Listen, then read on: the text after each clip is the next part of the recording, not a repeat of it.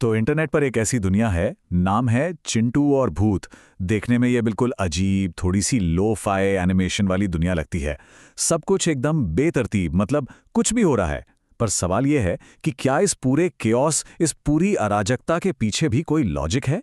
आज हम इसी की पड़ताल करने वाले हैं। इस अजीबो गरीब कहानी की परतें खोल कर देखेंगे।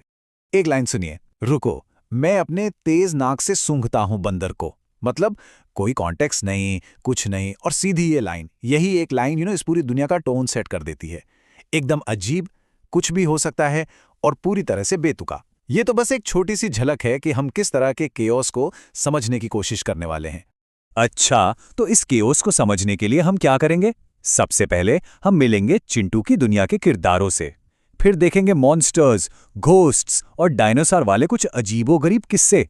एक बिल्ली को बचाने की कहानी भी है, और नहाने से बचने का एक गजब का प्लान। और आखिर में हम इन सब के पीछे छिपे हुए कुछ अनकहे नियमों को समझने की कोशिश करेंगे। तो चलिए सबसे पहले मिलते हैं इस अजीबो गरीब दुनिया के मेन प्लेयर्स से। आखिर कौन है ये लोग? तो ये है हमारी कोर कास्ट। सबसे पहले चिंटू, ये हमारा हीरो है, और ऐसा लगता है जैसे मुसीबतें इसे ढूंढ ही लेती हैं। फिर हैं इसके माता पिता, जो घर की छोटी छोटी बातों को भी एक अलग ही लेवल पर ले जाते हैं। एक सुपर हीरो भी है, जो बस अचानक से कहीं से भी आ जाता है, लेकिन सिर्फ अपनी मर्जी से। और हाँ, एक भूत मास्टर भी है, जो शायद दुनिया का सबसे अनलकी विलन है, क्योंकि उसके प्लान्स कभी काम नहीं करते। ठीक है, तो अब जब हम किरदारों से मिल चुके हैं, तो देखते हैं कि इनकी जिंदगी में मुसीबतें आती कैसे हैं। और यकीन मानिए, ये खतरे कभी बताकर नहीं आते। जरा इस सिचुएशन को देखिए। एक तरफ पूरा परिवार बड़े आराम से आम तोड़ रहा है, कितना नॉर्मल है ना? लेकिन अगले ही पल एक एक विशालकाय चूहा कहीं से आ जाता है और चिंटू को पकड़ लेता है। मतलब कहानी आम तोड़ने से सीधे मॉन्स्टर अटैक पर चली गई, पलक झपकते ही। कोई वार्निंग नहीं, कुछ नहीं। तो अब सवाल ये उठता है कि कोई इतने बड़े खतरनाक चूहे से कैसे निपटेगा? लॉजिकल सवाल है ना? आपका बच्चा खतरे में है, क्या हो सकता है इसका सल्यूशन? और जवाब है, एक और भी बड़ा डायनासोर अचानक से आ जाता है। जी हाँ, यही है इस दुनिया का पहला नियम जो हमें समझ आता है। किसी भी प्रॉब्लम का सल्यूशन एक और बड़ी और ज्यादा अजीब अचानक आई घटना होती है। लिटरेचर में इसके लिए एक टर्म है, डियस एक्स मैकिना। इसका मतलब है कि जब कहानी बिल्कुल फंस जाए तो अचानक कोई ऐसी ताकत या घटना हो जाती है जो सब कुछ ठीक कर देती है। यहां पर हम इसे डायनासोर एक्स मैकिना कह सकते हैं। ये एक बहुत ही स्मार्ट तरीका है ये दिखाने का कि यार लॉजिक से ज्यादा एंटरटेनमेंट जरूरी है। अच्छा, ये तो हुई मॉन्स्टर की बात।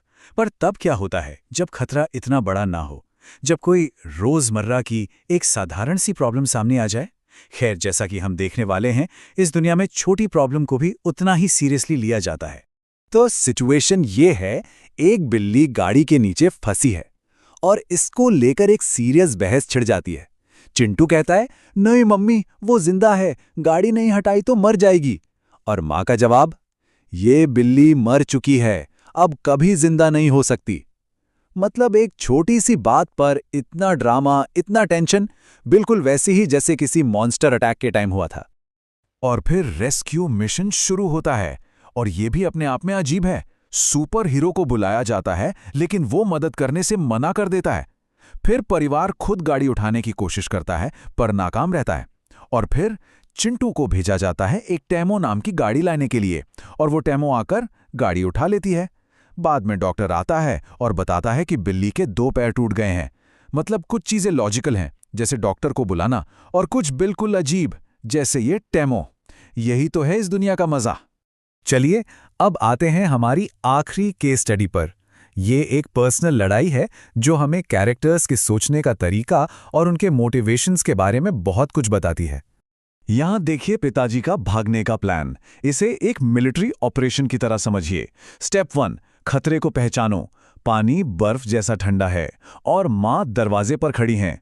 स्टेप 2, भागने का रास्ता ढूंढो। बाथरूम की खिड़की। स्टेप 3, प्लान को अंजाम दो। खिड़की से कूदकर भागो। स्टेप 4, दुश्मन का पीछा। एहसास होता है कि एक तेज नाक वाली बिल्ली पीछा कर रही है। और स्टेप 5, दुश्मन को भटकाओ।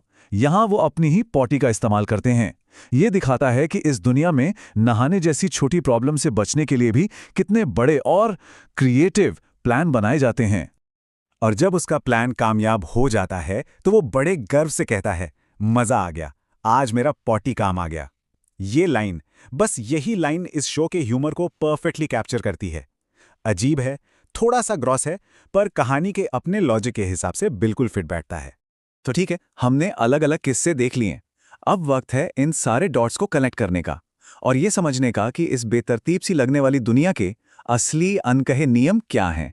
इस टेबल को देखिए, ये सब कुछ एकदम साफ कर देता है। एक तरफ है प्रॉब्लम, दूसरी तरफ है उसका सॉल्यूशन। हाथी का हमला, सुपर हीरो आ गया। विशाल चूहे का खतरा, एक बड़ा डायनासोर आ गया। गाड़ी के नीचे बिल्ली फंसी, टेमो नाम की गाड़ी आ गई। और ठंडे पानी से नहाना पड़ा तो भाग जाओ। और खैर, बाकी तो पता ही है। पैटर्न साफ है, हर प्रॉब्लम का एक अचानक और बिल्कुल हटकर सॉल्यूशन होता है। तो आखिर ये स्टाइल हमें बताता क्या है? पहली बात, यहां लॉजिकल कहानी से ज्यादा जरूरी है कि कहानी तेजी से आगे बढ़े। दूसरी बात, जो किरदार प्रॉब्लम में है वो उसे खुद सॉल्व नहीं करते।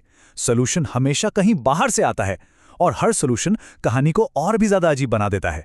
ये कोई ट्रेडिशनल कहानी नहीं है, ये एक रोलर कोस्टर राइड की तरह है, जिसे शायद आज के ऑनलाइन ऑडियंस के लिए ही बनाया गया है, जहां किसी को नहीं पता कि अगले ही सेकंड क्या होने वाला है। और यहीं पर हम एक बहुत बड़े सवाल पर आकर रुकते हैं। आज की दुनिया में जहां कंटेंट की कोई कमी नहीं है, क्या एंटरटेनिंग होने के लिए किसी कहानी का लॉजिकल होना, मतलब सेंस बनाना जरूरी है?